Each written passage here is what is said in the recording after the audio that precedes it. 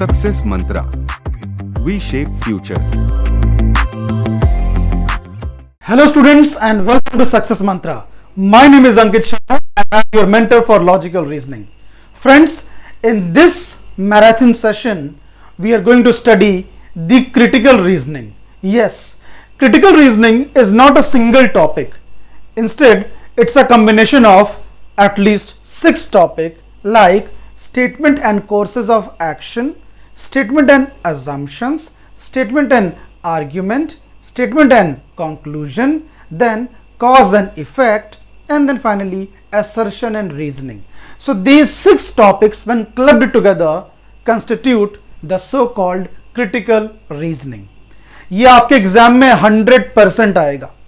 मैं ये नहीं कह रहा हूं कि ये जो 6 टाइप्स के क्वेश्चन जो इसमें मैंने बताया, जो 6 सब टॉपिक्स बताए, इन सबसे आएगा, बट ये पूरे 6 सब टॉपिक्स मिला लो तो 2 से 3 क्वेश्चन कम से कम आएंगे. पिछले बार भी आए थे, उसके पिछले बार भी आए थे, हर एग्जाम में आते हैं, हर बार आते हैं, इस बार भी आएंगे.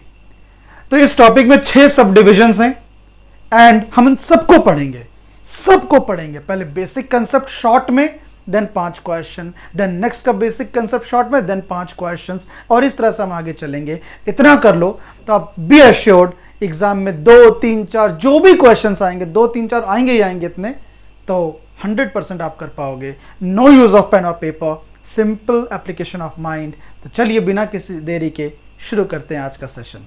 सो students, here we go. Critical reasoning में जो हम सबसे पहले करने जा रहे हैं, that is the topic statement and courses of action. मैं इसका एक ब्रीफ इंट्रोडक्शन आपको दे देता हूं. इस टॉपिक में होता क्या है कि आपको स्टेटमेंट के फॉर्म में एक प्रॉब्लम बताई जाती है. यस, स्टेटमेंट के फॉर्म में एक प्रॉब्लम बताई जाती है. कोर्सेज ऑफ एक्शन में आपको इस प्रॉब्लम को सॉल्व करना होता है. ऑलराइट, ऑब्वियस सी बात है, आपको थोड़ा कॉमन सेंस का यूज करना है, थोड़ा प्रैक्टिकलिटी का ध्यान रखना है, and then rest everything is easy. इस पूरे क्रिटिकल रीजनिंग में एक बात बहुत ही जरूरी है, वो ये है एक्सट्रीम वर्ड्स से बच के रहिए. एक्सट्रीम वर्ड्स जनरली गलत ही होते हैं, क्वेश्चन को गलत करा देते हैं. तो एक्सट्रीम वर्ड्स क्या होते हैं? ऐसे वर्ड्स लाइक नथिंग और एवरीथिंग. या तो बिल्कुल नहीं या सब कुछ, only thing, everything, this is the sole thing, this is the best thing, this is the worst thing. इस टाइप की चीजें जो एक्सट्रीम्स होते हैं, इस तरह के वर्ड्स जनरली इनसे बच के रहना है. Not only in this, in the entire critical reasoning. तो चलिए बिना किसी देरी के शुरू करते हैं क्वेश्चन, एंड अब क्वेश्चन के फॉर्म में डिस्कशन करते हैं. तो सबसे पहला क्वेश्चन, अब आप इसको देखिए. क्वेश्चन ने क्या कहा? The question says that the Indian electronic industry venturing into the West European market faces tough competition from the Japanese. All right, I hope कि आपको ये समझ में आ गया होगा कि इंडियन इलेक्ट्रॉनिक इंडस्ट्री है वो वेस्ट यूरोपियन मार्केट में अपना पैर जमाना चाहती है, मगर उसको वहां से टफ कंपटीशन मिल रहा है फ्रॉम जापानीज.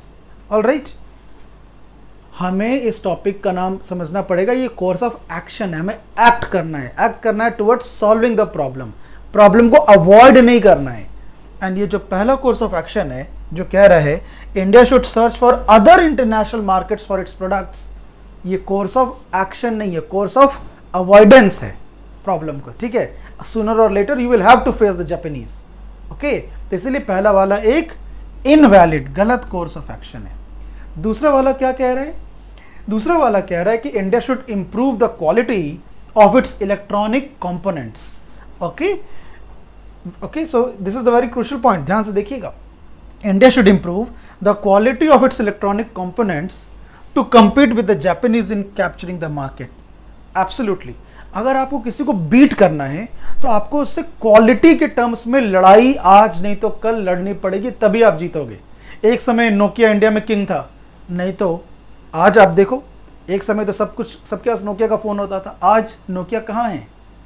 फेल हो गया ना वो. क्यों? क्योंकि उसने इस बात का ध्यान नहीं रखा. एक नया प्लेयर आया, सैमसंग आया, एटसेट्रा एटसेट्रा, बहुत सारे आए. ठीक है, और उन्होंने अपनी क्वालिटी इंप्रूव की, सर्विस पे वर्क किया और नोकिया को बीट किया. सो ऐसा ही होता है. Alright, so yes, the second one is the valid course of action. Second one is the valid course of action, and therefore the correct answer to the question is option number B, that only second course of action follows. Okay, only second course of action follows. Next आते हैं आगे. Question number 2 क्या कह रहा है? The sale of a particular product has gone down considerably. यानी किसी, देखो अब ऑब्वियस सी बात है, अगर कोई बिजनेस करता है तो ऐसा तो है नहीं कि हर मंथ उसकी सेल बराबर ही होगी, अप एंड डाउन्स आते हैं, और ये कोई बहुत बड़ी प्रॉब्लम नहीं है. बट प्रॉब्लम क्या है? The sale of a particular product has gone down considerably, okay, causing great concern to the company. अब ऐसा क्यों हुआ कि sale of a particular product has gone down, वो भी कंसिडरेबली? कोई किसी भी चीज की सेल डाउन तभी हो सकती है जब वो अबव हो रही है. ओके, फाइन क्लास, किसी भी चीज की सेल डाउन तभी हो सकती है जब कभी ना कभी वो बेटर रही हो. अगर बेटर नहीं रहेगी तो डाउन कैसे होगी? ऑलराइट, अब क्या कहा जा रहा है कि इससे कंपनी को बहुत चिंता हो रही है. ऑब्वियस सी बात है, किसी भी कंपनी को होगी. तो अब कंपनी क्या करे? What should the company do?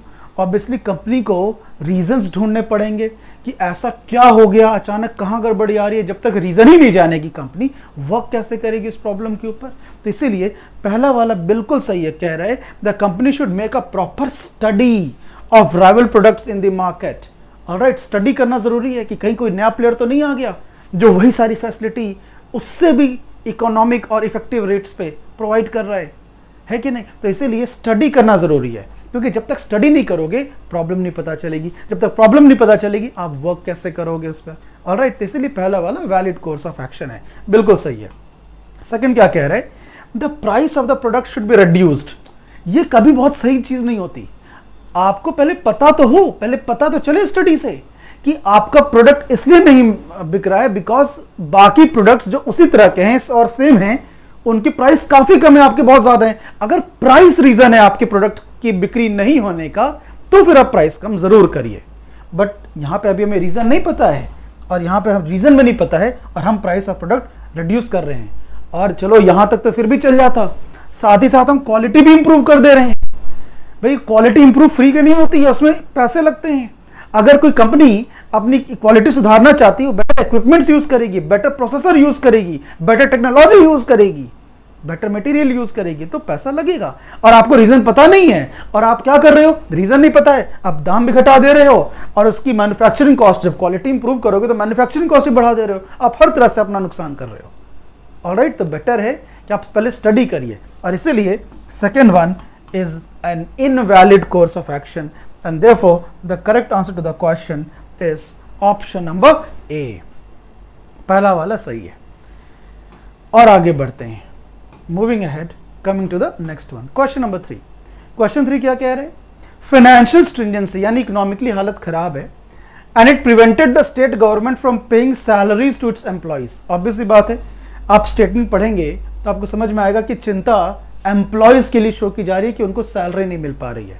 ठीक है, तो अब क्या कह रहा है course of action? The state government should reduce wasteful expenditure and arrange to pay the salaries of its employees. ये बिल्कुल सही है. देखो, गवर्नमेंटल एक्सपेंडिचर दो तरह के होते हैं. एक होते हैं developmental expenditure, like the expenditure on infrastructure, okay, the expenditure on health care, the expenditure on education, the expenditure on research, defence. तो इसको कभी नहीं रोका जाना चाहिए. ठीक है, इसीलिए अगर यहां ये कहा जाता the state government should reduce all expenditure, all is extreme word, वो गलत हो जाता. यहां पे केवल वेस्टफुल एक्सपेंडिचर यानी जो गैर जरूरी है, लाइक एक्सेसिव एडवर्टाइजमेंट. काम 100 रुपए का कर रहे हैं, एडवर्टाइज 1000 रुपीज का कर रहे हैं, इस तरह की चीजों को कहा जाता है वेस्टफुल एक्सपेंडिचर. तो ये बिल्कुल सही है. वेस्टफुल इसलिए सही है, ऑल एक्सपेंडिचर होता गलत हो जाता. ऑलराइट, सेकंड वाला, the state government should immediately cartel staff strength.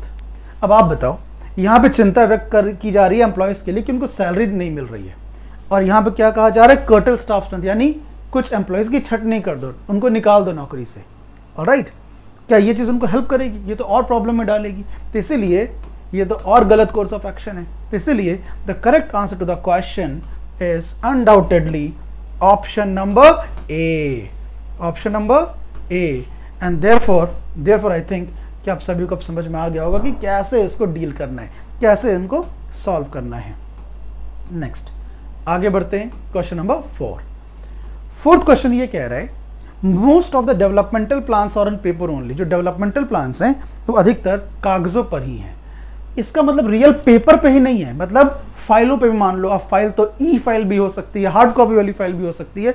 इसका जो मेन क्रक्स है क्वेश्चन का वो कागज से नहीं है। इसका मतलब यह है कि सरकार ने पैसा दिया कि रोड बना दो, फाइलों में रोड बन गया और फाइल वहीं की वहीं दब गई, पैसा आ गया, भ्रष्टाचार हो गया, इस चीज की बात कर रहे हैं। तो इसको कैसे वर्क करोगे? ठीक है, तो इसके लिए ऑब्वियस सी बात है, पहला कोर्स ऑफ एक्शन बिल्कुल सही है कि फील्ड वर्क जाके निरीक्षण करना कि जो कहा गया तो बना के नहीं, वैसे ही बना के नहीं, उसी क्वालिटी का बना के नहीं, टाइम लाइन में बना के नहीं, क्वालिटी क्या है ये सब जरूरी है, और इसीलिए ये सही कोर्स ऑफ एक्शन है। दूसरा वाला क्या कह रहा है कि supply of paper to this department should be cut. As I said, this statement has nothing to do really with the paper, paper से नहीं जरूरी है। इसका मतलब है कोर समझो कि most of the development plans are in paper only, का मतलब केवल कागजों में है, दैट मीन्स केवल फाइलों में, और फाइल दब गई है और कोई काम नहीं हुआ है। तो इसका मतलब रियल पेपर से नहीं कि सप्लाई ऑफ पेपर कट कर दो, पेपर की गलती नहीं है इसमें, ठीक है। And therefore the correct answer to the question, yes, as all of you have guessed it right, is undoubtedly option number A. और आगे बढ़ते हैं, क्वेश्चन नंबर 5। फिफ्थ क्वेश्चन क्या कह रहा है? The world conference of education for all. अब आप कहोगे सर एक्सट्रीम वर्ड है ऑल, बट स्टेटमेंट को तो हम चेक कर ही नहीं सकते, statement is beyond our control, okay. तो क्वेश्चन क्या कह रहा है? The world conference of education for all took place in 1990। Members who attended the conference endorse the framework of action for meeting the basic learning needs of all children. अब आप बताओ, basic learning needs of all children कौन मना करेगा कि नहीं होना चाहिए? It is a welcome thing, okay. तो इसीलिए पहला कोर्स ऑफ एक्शन है, India should suitably implement the action points of this conference. Yes, देखो कई बार क्या होता है कि कई चीजें सही तो होती हैं बट वक्त सही नहीं होता है। फॉर एग्जाम्पल, अगर 1990 याद करो वो दौर इंडिया में जब we were having economic problems, और इसके बाद comes the great finance minister the doctor Manmohan Singh, जिनके एरा में लिबरलाइजेशन, प्राइवेटाइजेशन, ग्लोबलाइजेशन का दौर शुरू होता है एंड इकोनॉमी वहाँ से इंप्रूव करनी शुरू हो जाती है। Yes, PV Narasimha Rao, the great PV Narasimha Rao was the prime minister, okay। so now have a look at this। अब यहाँ पे क्या कहा जा रहा है कि because अब 1990 का दौर था, अब अगर उस समय ये डिसाइड किया जाता कि राइट टू इंटरनेट को फंडामेंटल राइट डिक्लेयर कर दो, अच्छी चीज़ है, बट क्या हमारी इकोनॉमिक कंडीशन थी ऐसी करने की? नहीं थी ना। आज तक internet right to fundamental right नहीं है, कई कंट्रीज में है, इंडिया में नहीं है। तो इसलिए कई बार चीजें सही होती हैं बट वक्त और हालात उस समय सही नहीं होते उसको इंप्लीमेंट करने के लिए। अगर इकोनॉमिक प्रॉब्लम्स है तो कोई कैसे करेगा? तो इसीलिए अगर यहाँ पे कहा जाता है India should exactly as it is implement, तो फिर उस पर डाउट होता, गलत होता। बट यहाँ पे कहा जा रहा है सुटेबली इंप्लीमेंट, बहुत सेफ वर्ड है कि जितना हो सकता है आप उसको इंप्लीमेंट कर दीजिए, इसलिए सही है। दूसरा कह रहा है India should immediately organise this type of conference, बिल्कुल गलत है। वर्ल्ड कॉन्फ्रेंस इमीडिएटली कैसे हो सकता है? इमीडिएटली मतलब चलो अभी कर लेते हैं। वर्ल्ड कॉन्फ्रेंस में वर्ल्ड लीडर्स आएंगे, prime ministers, president, state heads आएंगे। How it can be done immediately until or unless there is a very pressing need or urgent need? तो इसीलिए the second one is wrong and the correct answer to the question is option number A। ठीक है, तो correct answer is option number ए, ठीक है। केवल पहला course of action सही है। तो आई होप कि आपको अब ये टॉपिक समझ में आ गया होगा कि कैसे इसको सॉल्व करना है। Now coming to the next thing, and the next one is the topic statement and assumptions. Assumption एक ऐसा सच है जो बोला नहीं गया है। assumption is a truth which hasn't been spoken of. Example, अगर मैं कहूं that this is the best marker available in the market, अगर मैं ये कह रहा हूं this is the best market available in the market, तो एक valid assumption होगा there are more than one markers available in the market, क्योंकि अगर more than one markers market में अवेलेबल नहीं होते तो फिर मैं इसको बेस्ट कैसे कहता? आप किसी चीज को बेस्ट किसी कंपैरिजन में ही तो कहते हो, ठीक है। अब क्या सन को आप कहते हो this is the best sun? No, because it is only one. Moon को आप कहते हो क्या this is the best moon? No, it is only one. तो जब कंपेयर करते हो ना तब हम लोग कहते हैं this is the brightest star, क्योंकि स्टार्स बहुत ज्यादा हैं। Alright, so that is the point. तो इसीलिए ये एक वैलिड असम्पशन है। अगर मैं कहूं this is the best book available in the market, that means there are more than one books available, but yes, among them this is the best one। तो ये इन जो चीजें हैं ना ये inherent है, we have to read in between the lines। assumption एक ऐसा सच है जो डायरेक्टली बोला ना गया हो। तो इस पूरे टॉपिक में assumptions में जब भी स्टेटमेंट आएगा तो आपको बस ये सोचना है कि वो जो बात बोली जा रही है, ये जो बात कही जा रही है, जिसने वो बात बोली होगी, जिसने वो बात कही होगी, उसने क्या सोच के बोला होगा, क्या सोच के कहा होगा, उसके माइंड में उस दौरान क्या चल रहा था, ये हमें माइंड में रखना है। तो चलिए अब थोड़ा सा क्वेश्चंस करते हैं एंड उसके अकॉर्डिंगली अब इसको देखते हैं। ओके, तो चलिए here we go. The first question क्या कह रहा है? क्वेश्चन ये कह रहा है, have a look at this. The question says that buy pure and natural honey of company X, और ये एक एडवर्टाइजमेंट आ रहा है एक न्यूज़पेपर में, क्या? Buy pure and natural honey of company X. अगर इस पर्सन को केवल हनी ही बेचना है तो ये सिंपली ये कह देता है ना, buy honey of company X. क्या दिक्कत है? अगर सिर्फ हनी बेचना है तो कह देता buy honey of company X, but ये जानबूझकर 2 वर्ड्स पर फोकस कर रहा है, प्योर एंड नेचुरल। ये अपने आप में काफी है। आपने कभी ऐसा ऐड देखा है, buy pure and natural marker of this company, buy pure and natural watch of this company? नहीं, क्योंकि होता ही नहीं है। बट जो फूड प्रोडक्ट है जो हम कंज्यूम करते हैं उसमें आपको पता है कि प्योर एंड नेचुरल पे सभी लोगों का फोकस होता है कि प्योर एंड नेचुरल प्रोडक्ट्स को कंज्यूम करना चाहिए, हेल्थ के लिए भी अच्छा होता है। तो इसीलिए अगर कोई पर्सन ये कह रहा है कि buy pure and natural product of this company, that means उसको अच्छी तरह से मालूम है that in the market there is something other than pure and natural which is also existing. Okay, and that is which is other than pure and natural is nothing but man made or artificial.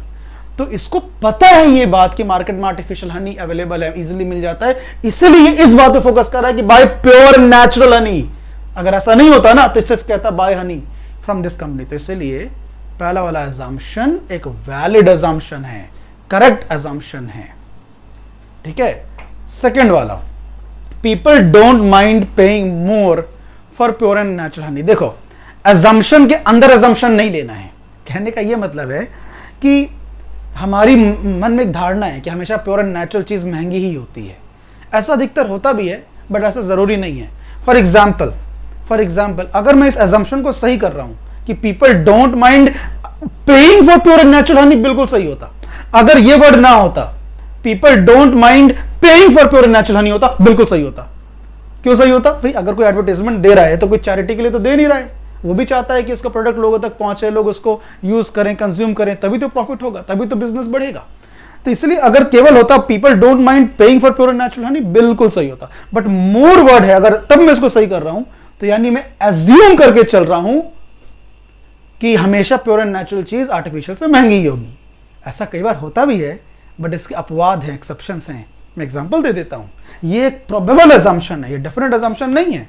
Example, जब गांव के इलाकों में, ग्रामीण इलाकों में जहां घने जंगल है, वहां पे हनी होता है, शहद होता है, तो वहां लोग आसपास के तो मार्केट, जो लोकल मार्केट है, वहां पे तो बहुत सस्ते में एग्जैक्ट जाते हैं एंड बहुत ही सस्ते रेट पे नेचुरल एंड ओरिजिनल बेच देते हैं। बट अब अगर उसको कमर्शियली बेचना है तो आपको बहुत सारी इनहेरेंट कॉस्ट जुड़ जाती हैं। नंबर 1, आपको उसको कमर्शियली यूज करना है तो आप अपने कंपनी का रजिस्ट्रेशन कराओगे, इसमें पैसा लगता है। देन बिकॉज फूड बिजनेस में हो तो food standardisation and safety authority of India, ठीक है, FSSAI का लाइसेंस, पैसा लगता है। देन मैन्युफैक्चरिंग कॉस्ट भी अब लगेगा, ठीक है, मैन्युफैक्चरिंग मतलब processing cost basically. Then packaging cost, then transportation cost, then cold storage cost, then supply chain बनानी पड़ेगी, बहुत सारी चीजें होंगी। और कई बार ऐसा भी होता है कि गांव के उस मार्केट में जिस रेट पे मिल रहा था नेचुरल एंड प्योर, शहर में आते आते वो आर्टिफिशियल थोड़ा सा जो होता है वो महंगा हो जाता है। क्यों? क्योंकि फिर उसमें प्रिजर्वेटिव्स, एडिटिव्स, ये सब भी चीजें जुड़ती हैं, ठीक है। तो इसीलिए कोई जरूरी नहीं है कि सेकंड वाला एक वैलिड अजम्पशन हो। और इसी लिहाज से अगर हम देखें तो जो correct answer is option number ए। केवल पहला अजम्पशन 100% हम कह सकते हैं कि ट्रू है, सेकंड पे हम गारंटी नहीं बोल सकते कि सही होगा ही होगा। ऑलराइट, चलिए और आगे बढ़ते हैं। नेक्स्ट, अब क्या कहा जा रहा है, just go through it. All the employees are notified, सभी एम्प्लॉयज को सूचित किया जाता है that the organisation will provide the transport facilities at half the cost from the nearby railway station to the office except for those who have been provided with traveling allowance TA। यानी सभी को सूचित किया जा रहा है कि अब कंपनी क्या करने वाली है, सभी को ट्रांसपोर्ट फैसिलिटीज देगी। कहां से? From the nearby railway station to the office. बस किसको नहीं देगी? जिसको ऑलरेडी ट्रैवलिंग अलाउंस दे रही है। ऐसा तो कंपनी को चूना नहीं लगाओगे ना कि ट्रैवल अलाउंस भी कंपनी से ले रहे हो और आना जाना भी उसी के व्हीकल पे कर रहे हो। कोई एक ही लोगे, कंपनी इतनी बेवकूफ तो है नहीं, तो किसी एक को एक ही देगी। बट हमें समझना पड़ेगा कि ट्रैवल अलाउंस भी कंपनी ही दे रही है, एंड ये फैसिलिटी जो अब ट्रांसपोर्ट फैसिलिटी है ये भी कंपनी ने शुरू किया है। ठीक है, तो ये बात सच है, ये बात सच है कि ये नोटिस बेसिकली उन लोगों के लिए फायदेमंद है जिनको ट्रांसपोर्ट अलाउंस नहीं मिलता, क्योंकि जिनको ट्रांसपोर्ट अलाउंस मिलता है उनको तो ऐसे भी नहीं मिलेगा ये ट्रांसपोर्ट फैसिलिटी। जिनको ट्रांसपोर्ट अलाउंस या ट्रैवलिंग अलाउंस कह लो जिनको मिल रहा है, उनको तो ऐसे भी ट्रांसपोर्ट फैसिलिटी नहीं मिलेगा। बट ये बात समझने के लिए, दिमाग में डालने के लिए उनको नोटिस तो पढ़ना पड़ेगा। मानो मेरे यहां 10 क्लासेस हैं, 5 पुराने बैचेस हैं, 5 नए बैचेस हैं, 5 बैचेस का सिलेबस खत्म हो गया पुराने वाले, मैंने कहा एक काम करो अब 5 बैचेस 1 to 5 ये ऑल्टरनेट डे पे आएंगे। यानी ये नोटिस बैच 6 to 10 के लिए नहीं था, बट उनके लिए नहीं था, ये समझने के लिए भी उन्हें पढ़ना पड़ेगा। और इसीलिए सेकंड वाला कि those who are provided with travelling allowance will not read such notices, वो गलत है, इनवैलिड है। पहले वाले को गलत बना रहा है वर्ड मोस्ट। मोस्ट का मतलब ग्रेटर देन 50%। अगर यहां सम होता बिल्कुल सही होता। समझो बात को, मोस्ट का मतलब ग्रेटर देन 50%। अगर 1000 एम्प्लॉइज है और ट्रैवल अलाउंस उन 1000 में से 300 लोग को मिल रहा है और अब ट्रांसपोर्ट फैसिलिटी आ गई, तो अब हम कह सकते हैं कि बाकी के 700 लोग इसको यूज करेंगे, और अब हम कह सकते हैं कि ये हाफ से ज्यादा है, most of the employees will use. But ऐसा कुछ स्टेटमेंट में कहा है क्या कि 300 लोग ही, मानो 1000 लोग हैं और 700 लोग ये यूज कर रहे हैं, 1000 लोग हैं और 700 लोग को ऑलरेडी ट्रैवल अलाउंस मिल रहा है, तो यानी ये फैसिलिटी तो अब केवल 300 लोग ही उठा पाएंगे ना। अब क्या इन 300 को हम बोल सकते हैं कि these are most people out of 1000? नहीं कह सकते ना, मोस्ट का मतलब ग्रेटर देन 50%। तो इसीलिए ये भी गलत हो जाएगा, सम होता बिल्कुल सही होता। I hope it is very clear.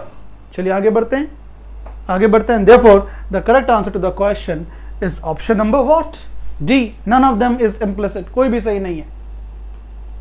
आगे देखो question number 3, do not lean, ये इजी है, do not lean out of the moving train a warning in the railway compartment. अब वार्निंग है तो कोई अच्छी चीज तो होगी नहीं, और अगर जो पर्सन वार्निंग लगा रहा है वो क्यों वार्निंग लगाता है?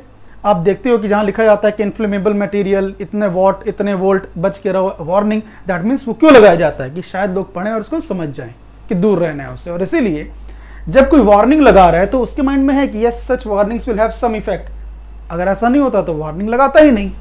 एंड दूसरी चीज, हाँ, जब वो कह रहा है कि do not lean out of the moving train और ये एक वार्निंग है, तो वार्निंग क्यों है? क्योंकि leaning out of the moving train is dangerous.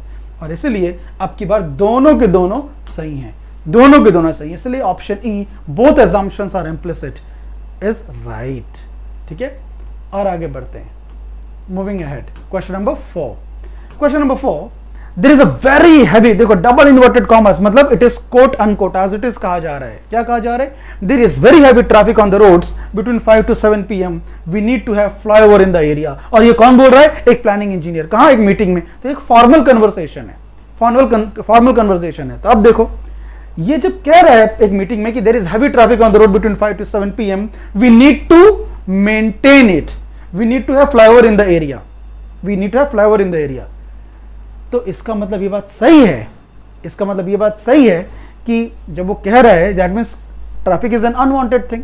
आप अपने माइंड से मत सोचो सिर्फ, यहां देखो, जब ये कह रहा है कि हैवी ट्रैफिक होता है सड़कों पे 5 से 7 बजे और we need to have flyover, यानी वो ट्रैफिक को मैनेज करना चाह रहा है, कंट्रोल करना चाह रहा है।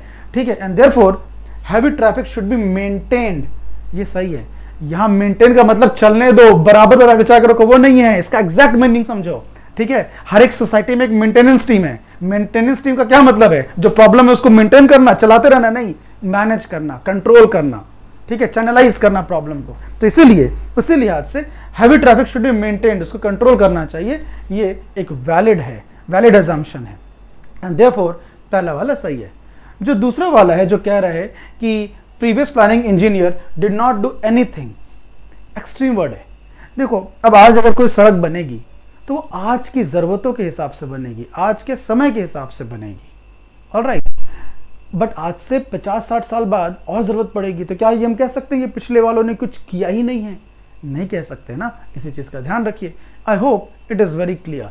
सो this is the point guys कि previous planning engineer did not do anything, ऐसा कहना सही नहीं है। And therefore did not do anything, extreme word ये हट जाएगा, गलत हो जाएगा, and correct answer is only and only first one is implicit, केवल पहला वाला इम्प्लिसिट है, ठीक है। और आगे बढ़ते हैं।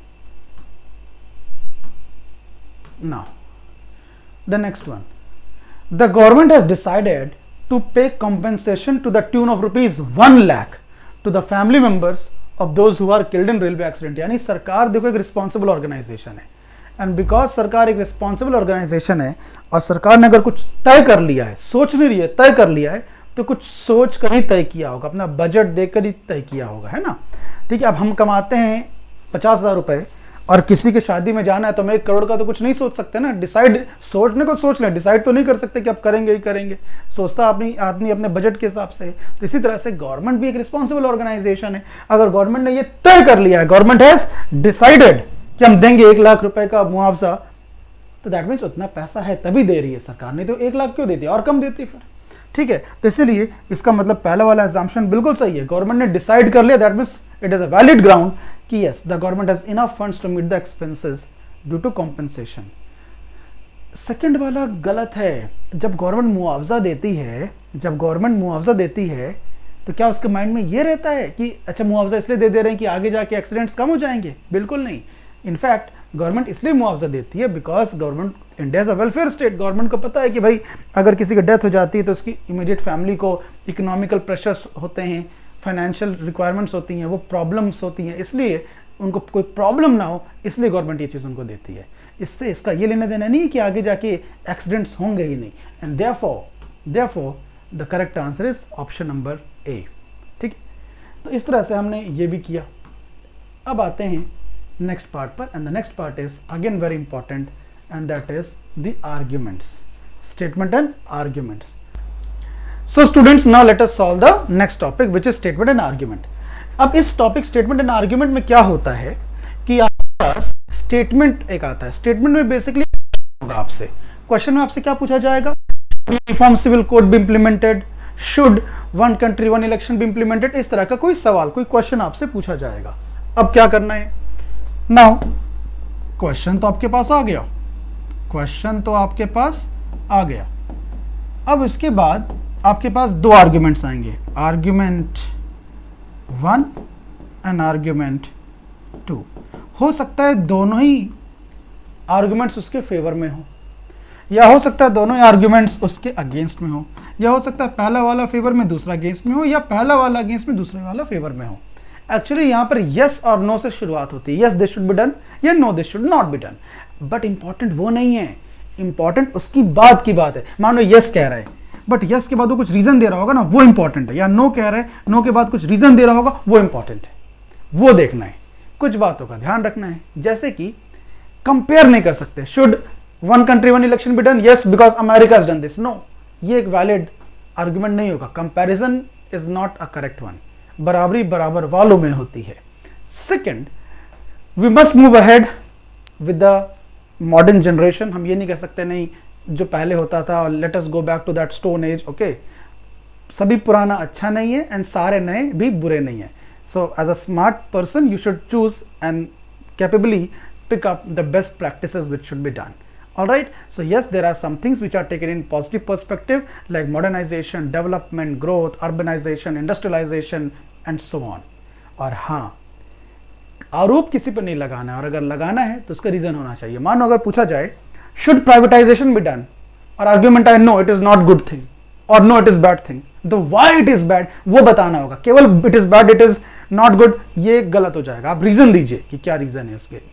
ऑलराइट, तो चलिए शुरू करते हैं, आगे बढ़ते हैं। And here we go with the very first question। okay, so now the very first question will be there in front of you and your time starts now। here we go। अब अगर आप यहाँ देखेंगे question ने क्या कहा, should private sector be permitted to operate telephone services, क्या private sector को हम अलाउ कर दें कि आओ टेलीफोन सर्विसेज चलाओ। ठीक है, इस तरह का क्वेश्चन है। तो पहला कह रहा है yes they are operated in advanced western countries, ये कंपेयर कर रहा है कि हाँ करना चाहिए क्योंकि एडवांस वेस्टर्न कंट्रीज में हो रहा है, ये गलत है, ये सही नहीं है। एंड दूसरा एक बात कह रहा है कि नो अलाउ नहीं करना चाहिए प्राइवेट सेक्टर को, क्यों, it is risky to put them in private hands, no ये भी गलत है। Privatisation is the need of the hour, okay, आज नहीं तो कल होना ही होना है।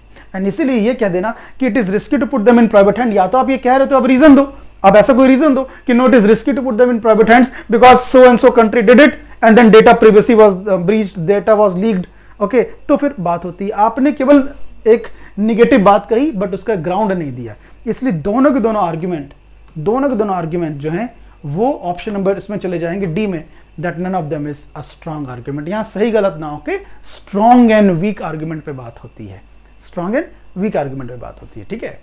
और आगे बढ़ते हैं। Question number 2, should articles of only deserving authors be allowed to be published? Should articles of only deserving authors be allowed to be published? देखिए बात समझिए, डिजर्विंग नॉन डिजर्विंग तो एक सब्जेक्टिव फिनोमिनन है, ठीक है। हो सकता है आपके लिए जो डिजर्विंग हो मेरे लिए अनडिजर्विंग हो, या वाइस वर्सा जो मेरे लिए डिजर्विंग हो वो आपके लिए अनडिजर्विंग हो। तो इसीलिए ये जो बात कही जा रही है कि यस, जो पहली बात है वो इस पे बाद में बात करते हैं, पहले अब इस पे देखो। जब कहा जा रहा है कि should articles of only deserving authors be allowed to be published, तो अभी हमने डिस्कस किया कि deserving non deserving is a subjective phenomenon, it varies from person to person. तो इसलिए ये जो सेकंड आर्ग्यूमेंट है ये बिल्कुल स्ट्रांग है, दैट नो, जब क्वेश्चन कह रहा है कि should articles of only deserving authors be allowed to be published, तो आर्ग्यूमेंट कह रहा है second, no, it is not possible to draw a line between the deserving and the undeserving. बिल्कुल सही बात है। कैसे लाइन ड्रॉ करोगे? Deserving and undeserving subjective phenomenon है, फिक्स नहीं होता कि यहां तक डिजर्विंग होगा यहां से अनडिजर्विंग होगा, ऑलराइट। इसीलिए जो पहला वाला दूसरा वाला है वो सही आर्ग्यूमेंट है, स्ट्रॉन्ग आर्ग्यूमेंट है।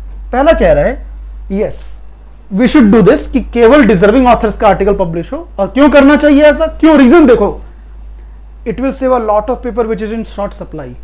सो if that is the case, अगर पेपर शॉर्ट है सप्लाई में, अगर ये रीजन है, तो स्टेटमेंट भी कहां कह रहा है कि they have to be published on hard copy और पेपर, पब्लिश इट डिजिटली। अगर वाकई में पेपर की कमी ये समस्या है जिसके चलते ये सोचा जा रहा है कि केवल डिजर्विंग ऑथर्स के आर्टिकल्स पब्लिश किए जाए, नॉन डिजर्विंग को छोड़ दिया जाए, और अगर पेपर की कमी कारण है तो ठीक है भाई, आप बट डिजिटली तो पब्लिश करने दो। डिजिटली पब्लिश करने में क्या रीजन है कि आप उसको रोकना चाहते हो? तो डिजिटली पब्लिश करने दीजिए। तो इसीलिए सच बताएं तो it will save a lot of paper which is in short supply, ये एक वीक आर्ग्यूमेंट हो जाएगा, ऑलराइट, ये एक वीक आर्ग्यूमेंट हो जाएगा। पेपर सप्लाई शॉर्ट है तो डिजिटली पब्लिश हो सकते हैं। स्टेटमेंट तो नहीं कह रहा है कि केवल हार्ड कॉपी या पेपर मोड पे पब्लिश होने हैं, ठीक है। तो इसीलिए अब जो सही आंसर है that will be option number B. Option number B इसका अब सही आर्ग्यूमेंट होगा, स्ट्रॉन्ग आर्ग्यूमेंट होगा। तो आपको अब छोटी छोटी बारीकियां आप समझ में आ रही होंगी कि कैसे इनसे डील करना है, alright. The third one, should India go for computerisation in education? क्या इंडिया को कंप्यूटराइजेशन इन एजुकेशन करना चाहिए, यस और नो? पहला कह रहा है नहीं करना चाहिए, because computerisation demands a lot of money, we should not waste money on it. Point to be noted, computer जो है ना, जब ये आते हैं सिस्टम में तो ये कोई नया काम नहीं कर रहे होते हैं। जो काम ऑलरेडी हम लोग हाथों से क्लरिकल वर्क, फाइलों का काम करते हैं, उसको ये ऑटोमेट कर देते हैं, ऑलराइट, चैनलाइज कर देते हैं, प्रोसेसिंग में कर देते हैं। तो ये कोई नया काम नहीं कर रहे हैं, वही काम जो ह्यूमन बींग्स कर रहे थे अब ये एक बहुत ही ट्रांसपेरेंट एंड अकाउंटेबल मैनर में कर रहे हैं। तो अगर आपको लगता है पैसा लगेगा और इसलिए आप इसको नहीं करोगे, तो फिर आप जो लोगों को रखा है आपने, उनको तो सैलरी दे रहे हो ना, उनको पर्क्स दे रहे हो, उनको मेडिक्लेम दे रहे हो, मेडिकल अलाउंस दे रहे हो, ग्रेचुटी दे रहे हो, प्रोविडेंट फंड दे रहे हो, ठीक है, ट्रैवलिंग अलाउंस दे रहे हो, ये सब दे रहे हो। क्या वो खर्चा नहीं है? अगर सिर्फ खर्चे की बात करनी है तो वो भी खर्चा है। तो इसीलिए कंप्यूटर में पैसा लगाना, ऑटोमेटिक करना, आर्टिफिशियल इंटेलिजेंस, ये सब वेस्टेज नहीं है, ये लॉन्ग टर्म इन्वेस्टमेंट है, दूर की सोच है, ऑलराइट। चीजें फास्ट होती हैं, ट्रांसपेरेंट होती हैं, चैनलाइज होती हैं, ऑटोमेटिक होती हैं, ट्रांसपेरेंसी आती है, अकाउंटेबिलिटी आती है। और इसीलिए ये कहना कि no computerisation demands lot of money, we should not waste, it is not waste, it is investment. इसलिए पहला वाला वीक आर्ग्यूमेंट है। दूसरा कह रहा है कि हाँ कंप्यूटराइजेशन करना चाहिए, बट देखो यहां पे हाँ ना इंपॉर्टेंट नहीं है, उसके बाद का रीजन इंपॉर्टेंट है कि yes when advanced western countries are introducing computers in various areas, how can India afford to lag behind? ये भी वीक आर्गुमेंट है। कंपेयर नहीं कर सकते कि जब वो कर रहे हैं तो हम भी करें, ठीक है। उनका अपना समय था, उन्होंने किया, हमारा जब समय आएगा हम भी करेंगे, बट इस तरह से हम कंपेयर नहीं कर सकते। अब 1992 में जब हमारे पास इकोनॉमिकल इश्यूज थे तब ये बात आती, तब तो हम नहीं कर सकते। भले ये बात सही है बट हम तब नहीं कर सकते थे क्योंकि हमारी आर्थिक हालत ऐसे नहीं थी, ठीक है। तो हर एक चीज सही हो तो उसको इंप्लीमेंट कर ही दिया जाए, ये हमेशा नहीं हो सकता। और इसीलिए दोनों के दोनों आर्ग्यूमेंट्स पे अगर हम बात करेंगे, दोनों के दोनों यहां पे वीक हो जाएंगे। Option number D is the right answer. Next question number 4, क्या कहा जा रहा है? Given the fact that the number of COVID-19 cases are rising. Point to be noted. Given the fact that the number of COVID-19 cases are rising, the government is expected to halt मतलब रोक देना mass gathering activities at all cost. तो जो पहला वाला है वो कह रहा है it is solely required, यानी ये केवल ही देखो, अगर हम किसी चीज को सोल थिंग कह देते हैं ना, this is the sole thing, that means we require no other thing. तो अगर हम किसी को सोल थिंग कह दे रहे हैं, that means we require no other thing. ये गलत है. कोविड में लॉकडाउन लगाना ये तो केवल एक प्रॉब्लम को सॉल्व कर रहा था कि बीमारी जिस रेट से फैल रही है, कम्युनिकेबल डिजीज थी, तो जिस रेट से फैल रही है उसको हम कंट्रोल कर सकते थे लॉकडाउन लगा के कि जो जहां है बीमारी वहीं रुक जाए. बट ये शॉर्ट टर्म मेजर था, इससे बीमारी फैलने से रुकती, तेजी से फैलने से रुकती. बट जिनको हो चुका है उनको ट्रीटमेंट के लिए तो वैक्सीनेशन जरूरी था, बट उसमें टाइम लगता, रिसर्च होना था, मैन्युफैक्चरिंग होनी थी, देन डिस्ट्रीब्यूशन होना था, देन उसका एग्जीक्यूशन होना था, बहुत सारी चीजें होनी थी, तो उसमें टाइम लगता. इसलिए गवर्नमेंट ने पहले क्या किया कि लॉकडाउन लगाया, बट वो एक मेजर था, वो सोल मेजर नहीं था. सोल मेजर का मतलब अब और किसी चीज की जरूरत नहीं है. तो इसीलिए पहला वाला एक वीक आर्ग्यूमेंट है. दूसरा क्या कह रहा है कि हाँ, government is expected to halt the mass gathering activities at all cost. अब आप कहोगे सर ऑल कॉस्ट भी एक्सट्रीम वर्ड है, बट वो स्टेटमेंट का पार्ट है, उसको हम कुछ नहीं कर सकते. Okay, and therefore yes, lockdown लगाना, मास गैदरिंग को रोकना, this is one of the important ways, but not the only way. तो yes, this would be an important step, this would be an important step, एक important कदम to make sure people remain alert to the danger posed by the pandemic, and therefore the correct answer to the question is option number B. Option number B is the valid answer. ठीक है, और आगे बढ़ते हैं. Coming to the next one, question number 5. क्या कहा जा रहा है? The government is trying to fix the issue. The government is trying to fix the issue of poor health care by introducing a new healthcare policy. और उस new healthcare policy में क्या है? It facilitates the treatment of poor people. अच्छी बात है, किसी को फैसिलिटेट करना बहुत अच्छी बात है, बट किसी को फैसिलिटेट करने का मतलब किसी दूसरे को रिजेक्ट करना नहीं होता. दोनों में बहुत बड़ा अंतर है. और इसीलिए जो ये पहला आर्ग्यूमेंट है वो तो सही है कि yes, it would be a much needed exercise, given reason भी दे रहा है, the huge number of people who died due to lack of adequate health care. कई गरीब लोग अच्छे हेल्थ केयर सुविधा नहीं होने की वजह से उनको जान गंवानी पड़ी, और इसलिए गवर्नमेंट का ये फैसला जो पुअर को हेल्प करेगा ये सही है. स्ट्रांग आर्ग्यूमेंट है. दूसरा आर्ग्यूमेंट आधा तक तो सही है, उसके बाद गड़बड़ हो गया. क्या कह रहा है? Yes, it is required because the rich people get themselves treated anyways. मतलब अमीर तो किसी भी तरह अपना इलाज करा लेंगे, जो कि मैं पूरी तरह से नहीं, बट हाँ काफी हद तक सहमत हूं कि हाँ करा लेंगे. बट उसके आगे गड़बड़ पूरा दे दिया उसने. क्या कहा? So it's better to exclude the rich. ये गलत हो गया पूरा. अगर गवर्नमेंट किसी को फैसिलिटेट कर रही है, आप दिल्ली मेट्रो चले जाओ, वहां पे जो लोग विजुअली इंपेयर्ड हैं, जिनको हम स्पेशली इनेबल्ड कहते हैं, उनको फैसिलिटेट किया जाता है. इसका मतलब ये तो नहीं कि बाकी लोग जो नॉर्मल है उनको मना ही कर दिया जाता है कि नहीं आप नहीं आ सकते मेट्रो में. ठीक है, तो इसलिए इस चीज का ध्यान रखिए, किसी को फैसिलिटेट करने का मतलब किसी और को रिजेक्ट करना नहीं हो सकता. और इसीलिए the strong argument is only first, option number A will be the valid one. ठीक है, आते हैं नेक्स्ट टॉपिक पर. अब जो नेक्स्ट टॉपिक है that is very important, statement and conclusions. अब देखो, स्टेटमेंट एंड कंक्लूजन में मैं एक बात बच्चों को हमेशा कहता हूं, आपको कंक्लूड करना है, यानी कि आप 100 नहीं 200% श्योर होना चाहिए कि वो सही है. तो मैं बच्चों से अक्सर क्लास में हंसी मजाक में ये कहता हूं कि अगर आप चाहते हो कि इस टॉपिक के क्वेश्चन सही हो, आपके अधिकतर क्वेश्चन सही हो, तो जो स्टेटमेंट है उसको तो खैर ऐसे भी हम क्रॉस क्वेश्चन नहीं कर सकते. स्टेटमेंट दे दिया तो दे दिया, मानना पड़ेगा वही है. अब जो कंक्लूजन दिया जा रहा है वो तब तक आंसर गलत ही होगा कि इट डज नॉट फॉलो, जब तक आप श्योर ना हो कि वो सही है. यानी बाय डिफॉल्ट इसका आंसर होगा कि फॉलो नहीं करते. हाँ, अगर आप 100% नहीं 200% श्योर हो कि हाँ ये फॉलो करेगा, तो ही इसको हाँ करना. समझो उसको. आइए कुछ क्वेश्चन लेके देखते हैं. अब यहां पर क्या कह रहे हैं, have a look at this. यहां पे ये कहा जा रहा है India is the largest exporter of lychee. ये स्टेटमेंट में कहा गया है India is the largest exporter of लीची. का क्या ये मतलब है कि इंडिया ओनली एक्सपोर्ट्स लीची? ये गलत हो जाएगा. एंड दूसरा, China and Japan are the most important customers of lychee. ये कहां पता है स्टेटमेंट से? इस टॉपिक में जो आपको आंसर देना होता है ये स्टेटमेंट से देना होता है. स्टेटमेंट में ऐसा कुछ नहीं कहा गया है, तो इसलिए answer is option number D. ठीक है, none of the conclusion is correct. कोई भी कंक्लूजन सही नहीं है. आगे आते हैं. ठीक है, नेक्स्ट क्वेश्चन, नेक्स्ट कह रहा है SRK is a famous film star. SRK is a famous film star.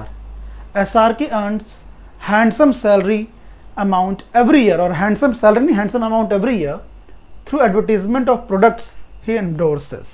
तो क्या कहा जा रहा है कि SRK एक फेमस फिल्म स्टार है and SRK earns handsome amount every year through the advertisement of products he endorses.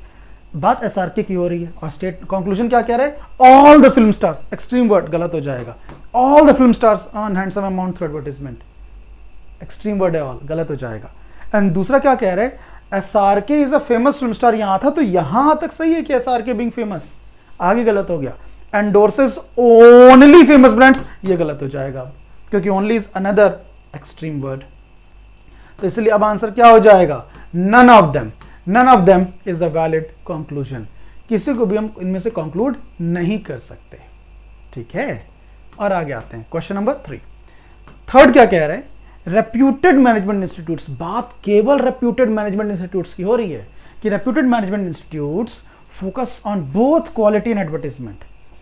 Reputed management institutes दोनों चीजों पे फोकस करते हैं, क्वालिटी एंड एडवर्टाइजमेंट। तो क्या इसका यह मतलब है there are only 2 important factors for a reputed management institute? No, statement does not say that there are only 2 factors, so therefore it is wrong, extreme word.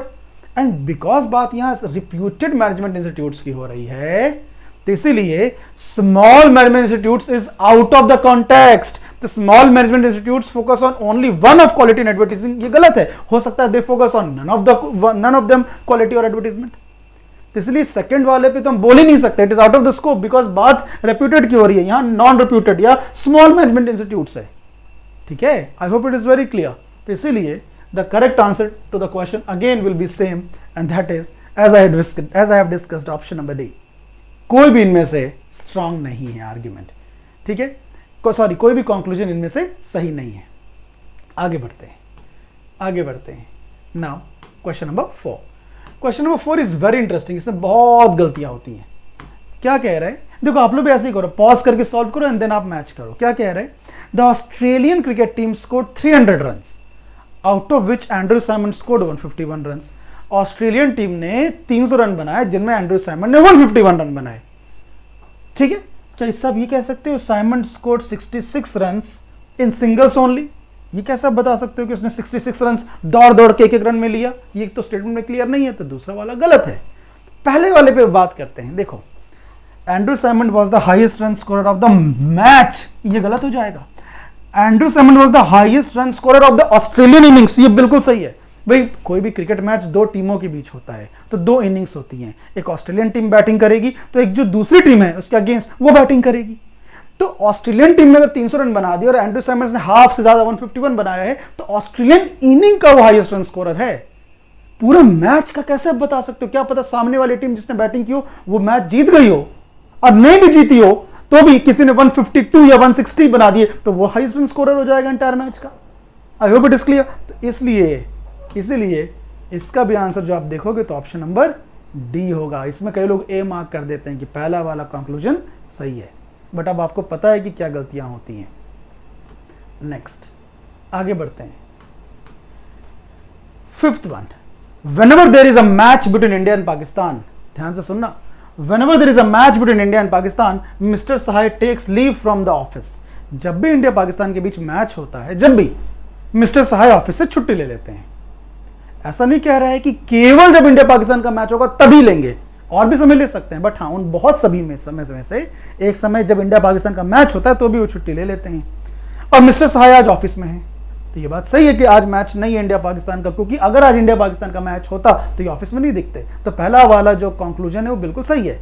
दूसरा वाला तो आउट ऑफ द स्कोप है, इसको हम ना सही गलत कुछ भी नहीं कह सकते, ये आउट ऑफ द स्कोप है, क्योंकि स्टेटमेंट में बात हो रही है मिस्टर सहाय की, यहां बात हो रही है मिस्टर शर्मा की। Out of the scope, out of the context, and therefore the correct answer, the valid answer is option number A, only first conclusion follows, केवल पहला वाला सही है। तो आई होप अब आप देख रहे हो कि किस तरह से इन क्वेश्चंस को डील करना है, किस तरह से इनको टारगेट करना है। Now comes the second last topic, that is assertion and reasoning. Assertion and reasoning में कुछ basic scientific principles like reflection, refraction, law of inertia, density, momentum, speed of light, speed of sound, ये सब basic अगर आपको पता है, basic deep में नहीं, बस सुपरफिशियल ऊपर ऊपर अगर आपको पता है तो आप इसको बहुत इजीली आंसर कर सकते हो। इसमें ऐसा नहीं है कि आपका गलत होगा, आता है तो आता है, नहीं आता है तो नहीं आता है, इस टाइप के क्वेश्चन है। असर्शन में एक बात कही जाएगी, ठीक है, असर्शन में एक बात कही जाएगी और उसका रीजन दिया जाएगा। आपको देखना है कि क्या वो रीजन जो दिया जा रहा है वो सही है कि नहीं, एंड क्या वो वैलिड रीजन है कि नहीं। कई बार बात जो कही जा रही है वो सही होता है बट वो वैलिड रीजन नहीं होता, ठीक है। तो इसीलिए अब जैसे कि अगर आपसे ये कहा जाए कि Ladakh is colder than Patna, Ladakh is colder than Patna, यह असर्शन है। रीजन आ रहा है Ladakh is situated at a higher altitude than Patna, तो बात दोनों सही है, Ladakh is colder than Patna and number 2 Ladakh is situated at a higher altitude than Patna. और because Ladakh is situated at a higher altitude, यही रीजन भी है लद्दाख के ज्यादा कोल्डर होने का, तो इसलिए आंसर ये होगा कि both assertion and reason are right and it is reason is the correct ground of assertion.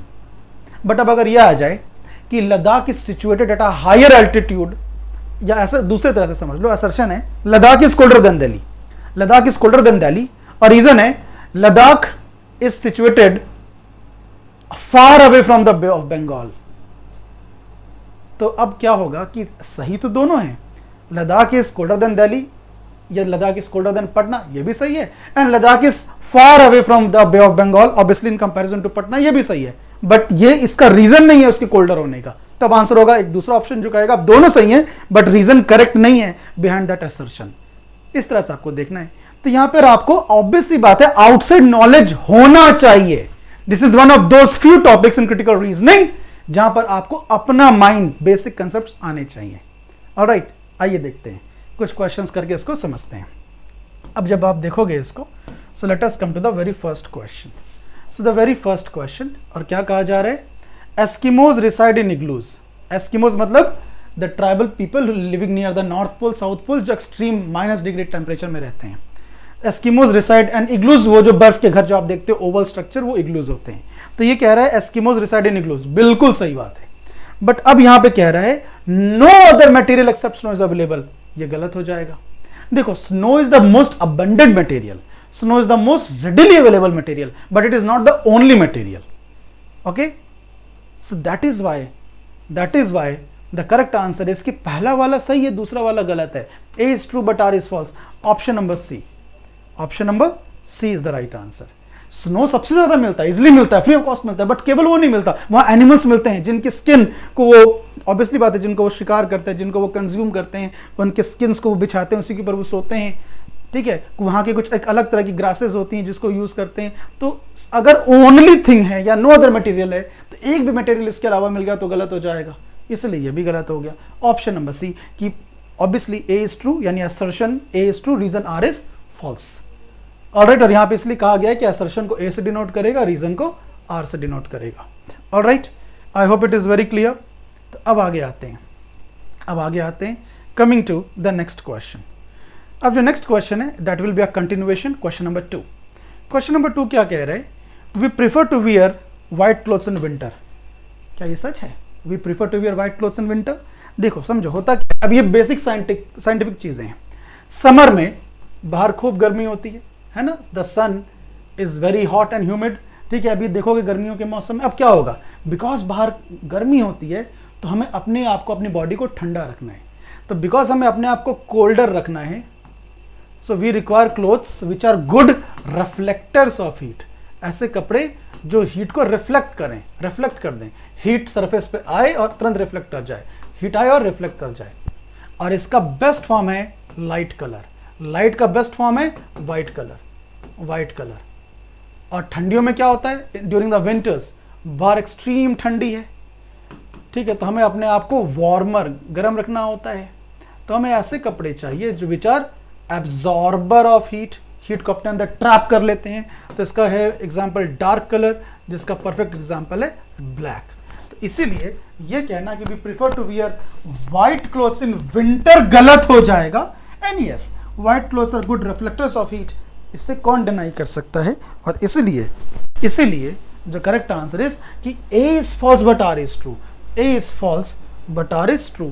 अब जो आंसर होगा वो ऑप्शन नंबर डी हो जाएगा, A is false but R is true. Next question number 3। Question number 3 क्या कह रहा है, that when the bus starts, ये लॉ ऑफ इनर्शिया पे बेस्ड। अब आप समझो लॉ ऑफ इनर्शिया क्या था, a body continues to be in the state of rest or motion whichever it is until or unless an external source is applied। एक body रुकी हुई है तो रुके रहती है जब तक एक्सटर्नल सोर्स ना लगे, और अगर चल रही है तो चलते रहती है अगर एक एक्सटर्नल सोर्स उसको ना रुके तो अब समझो कि आप एक बस में बैठे हो, आप बस में बैठे हो, बस रुकी हुई है तो आप भी रुके हुए हो, आप बस में बैठे हो, बस रुकी है आप भी रुके हो, तो आपकी बॉडी चाहेगी अब हम रुके रहें, आपकी बॉडी चाहेगी रुके रहें, वो चलना ही नहीं चाहेगी। अब जब बस आगे बढ़ेगी, स्टार्ट होगी, तो आपकी बॉडी तो चाहती नहीं थी ना, क्योंकि मैंने क्या समझाया था आपको, बस रुकी हुई है, आप बस के अंदर बैठे हो, तो बस रुकी है तो आप भी रुके हो। अब जब बस रुकी और आप भी रुके हो, अब बस चलेगी तो आपकी बॉडी तो नहीं चलना चाहेगी, वो रेजिस्ट करके पीछे आएगी, वो रेजिस्ट करके पीछे आएगी।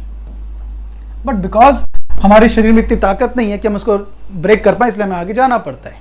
अब बस चल रही है, बस चल रही है, आप भी चल रहे हो, बस चल रही है, आप भी चल रहे हो, तो आपकी बॉडी भी चाहेगी चलते रहें चलते रहें। बट अब बस जब कभी ना कभी रुकेगी तो आपकी बॉडी तो रुकना नहीं चाहती, वो तो चलना चाहती थी, तो वो अब आगे उसको ब्रेक करके आगे निकलना चाहेगी।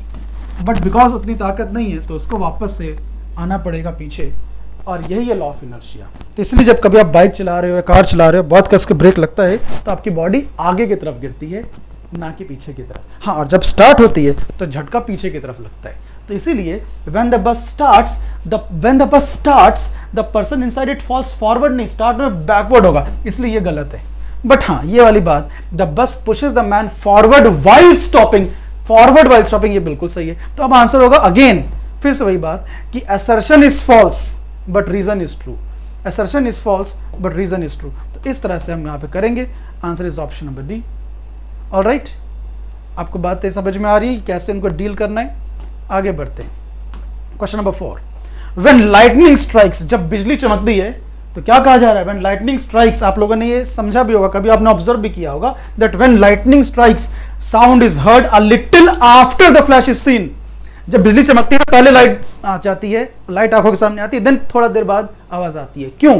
ये सच बात है, क्योंकि speed of light is greater than that of sound. Speed of light is 3 into 10 to the power 8 meter per second and speed of sound is only 343 meter per second.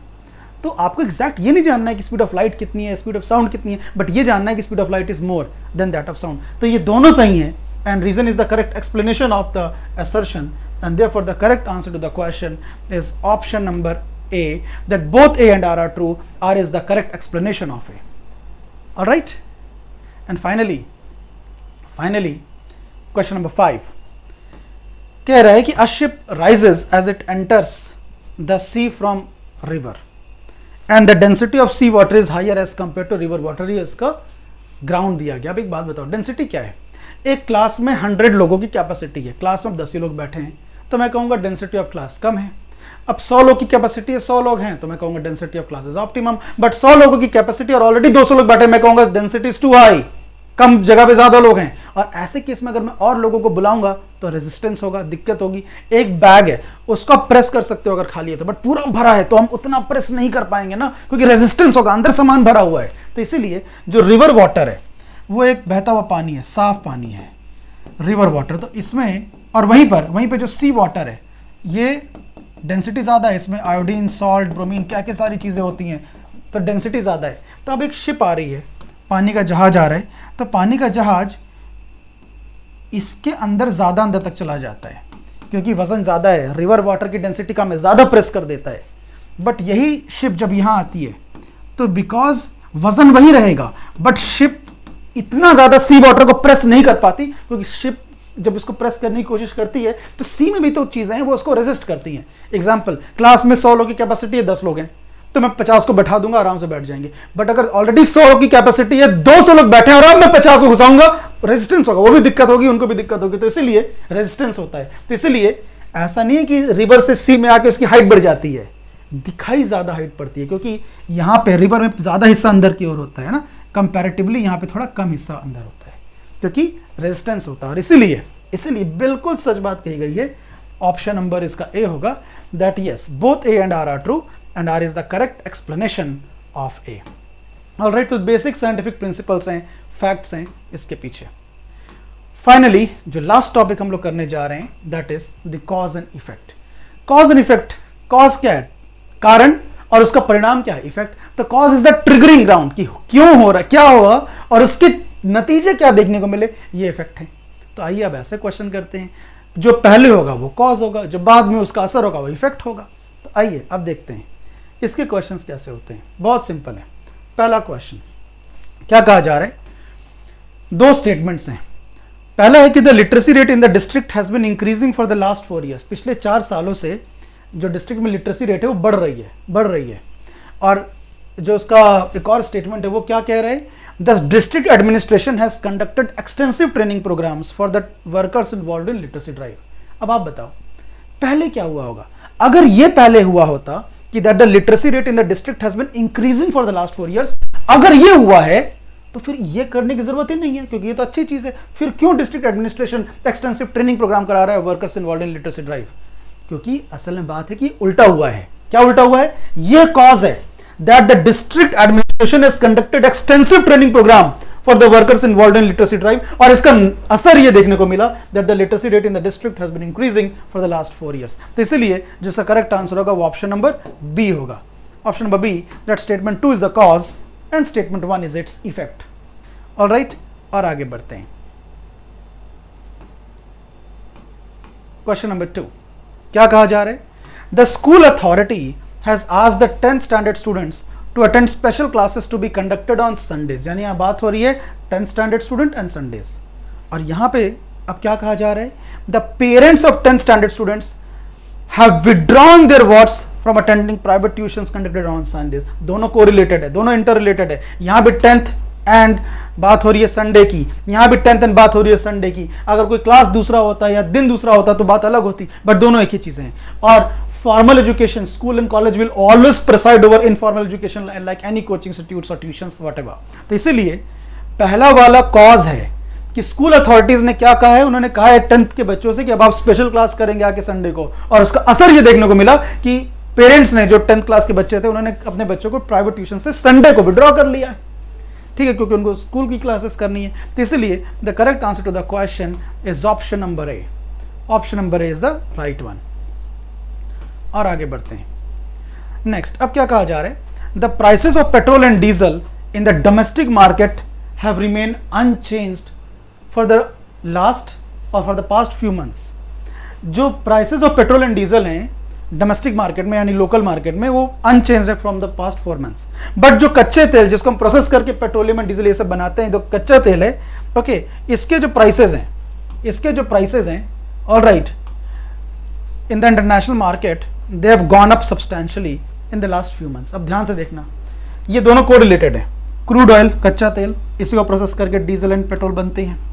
अब यहाँ पे भी लास्ट फ्यू मंथ्स की बात हो रही है, यहाँ भी पास्ट फ्यू मंथ्स की बात हो रही है। तो अब कॉमन सेंस ये है कि अगर हम बाहर से जब मंगाएंगे महंगा तो हम बेचेंगे भी महंगा, बाहर से मंगाएंगे सस्ता तो बेचेंगे भी सस्ता। जनरली कॉमन सेंस तो यही कहता है। बट यहाँ हुआ क्या कि बाहर से तो महंगा आ रहा है, the prices of crude oil in the international market have gone up substantially. तो इंडियन, फिर लोकल मार्केट में भी बढ़ना चाहिए था, बट नहीं हुआ। वहां पे उल्टा अनचेंज्ड है, यानी both are effects of independent causes. दोनों कारण ऑफ इंडिपेंडेंट कॉजेज, अलग अलग कॉज है। अब देखो, कच्चा तेल, इसका दाम बढ़ने के बहुत रीजन है। दो कंट्री में लड़ाई होती है, वो तभी प्राइस बढ़ जाता है, डिमांड सप्लाई से इफेक्ट होता है तो दाम भी बढ़ता है। और यहां पर यह हो सकता है कि भाई जब यहां दाम बढ़ रहा है तो यहां भी बढ़ना चाहिए, बट क्यों? क्योंकि हो सकता है गवर्नमेंट उस एक्सेस प्राइस जो इंक्रीज हो रही है उसको गवर्नमेंट एब्जॉर्ब कर रही है by cutting excise duty, cutting the tax, ताकि आम जनता के ऊपर कोई परेशानी, कोई बोझ ना पड़े। ऑलराइट, तो ये भी होता है। तो इसलिए दोनों को इफेक्ट्स हैं, ये भी इफेक्ट है, ये भी इफेक्ट है, बट जो दोनों के कारण हैं वो अलग अलग हैं, इंडिपेंडेंट कॉजेज हैं दोनों के। ऑलराइट, इंडिपेंडेंट कॉजेज हैं दोनों के। आई hope it is very clear, independent causes है, ठीक है, अलग कारण है। इसका कारण ये हो सकता है कि दो कंट्री में लड़ाई हो रही है तो भी पेट्रोल के प्राइसेस, डीजल के प्राइसेस बढ़ते हैं, और यहाँ पे गवर्नमेंट उसको अब्जॉर्ब कर रही है, या क्या पता गवर्नमेंट के पास बहुत स्टॉक में है तो अभी फिलहाल प्राइस पे असर नहीं पड़ा, हो सकता है आगे जाके पड़े, ठीक है। तो इसीलिए इन सारी चीज़ों पे आप ध्यान दीजिए। क्वेश्चन नंबर 4 क्या कहा जा रहा है? पढ़िए और आप आंसर करिए। क्या कहा जा रहा है? That the government has recently fixed the fees for professional courses offered by the unaided institutions which are much lower than the fees charged last year. और क्या हुआ था? The parents of the aspiring students launched a severe agitation last year protesting against the high fees charged by unaided institutions because ये cause है इसका effect ये है कि बिकॉज पिछले साल अनएडेड इंस्टीट्यूशंस ने बहुत ज्यादा फीस चार्ज की, जिसका काफी पेरेंट्स ने प्रोटेस्ट किया था, उसका असर ये मिला कि इस साल सरकार ने प्रोफेशनल फीस की फीस जो है फिक्स कर दी है, ओके, जो कि पिछले बार से काफी कम है. तो इस ये वाला कॉज है, ये वाला इफेक्ट है. तो answer is option number B, that statement 2 is the cause and statement 1 is its effect. Option number B is the valid answer, is the right answer. Alright, आगे बढ़ते हैं. क्वेश्चन नंबर 5 क्या कहा जा रहा है? All the schools in the area had to be kept closed. Point to be noted. All the schools in the area are closed and had to be kept closed में अंतर है. On Sunday all the schools are closed, but due to COVID all the schools had to be. अंतर दिख रहा है. All the schools are closed on Sunday, that is voluntary. ठीक है, but all the schools had to be kept closed मतलब कुछ pressure है, कुछ प्रॉब्लम है. तो if all the schools in the area are to be kept closed most part of the week, that means कुछ problem होगी. That means कुछ problem रही होगी. ठीक है, बट सारे स्कूल बंद है ना, तो कुछ प्रॉब्लम रही होगी. अगर कुछ स्कूल होते, कुछ बंद होते, तब तो समझ सकते थे कि many parents have withdrawn. But बंद और कोई कारण है, कोई परेशानी है, तब ऐसा क्यों होगा कि many parents have withdrawn their children from the local school? तो दोनों इफेक्ट हैं, बट दोनों का जो कॉज है वो अलग अलग है. दोनों इफेक्ट हैं, दोनों के दोनों इफेक्ट हैं, बट हाँ उनका जो कॉज है वो इंडिपेंडेंट है, अलग अलग कॉजेज हैं. इसलिए option D is the right answer. Finally, now this is the question which you have to answer at the comment box. इस क्वेश्चन का आंसर आप लोग कमेंट बॉक्स पे करेंगे and you will let me know that what is the answer. And I promise to respond to all the comments over there. आप इसको answer करिए. Answer will be A, B, C, D, E. Whatever is the answer, please answer and comment. Okay? And I will respond to each one of them. So with this, we come to an end. Thank you and have a great day ahead. Thank you so much.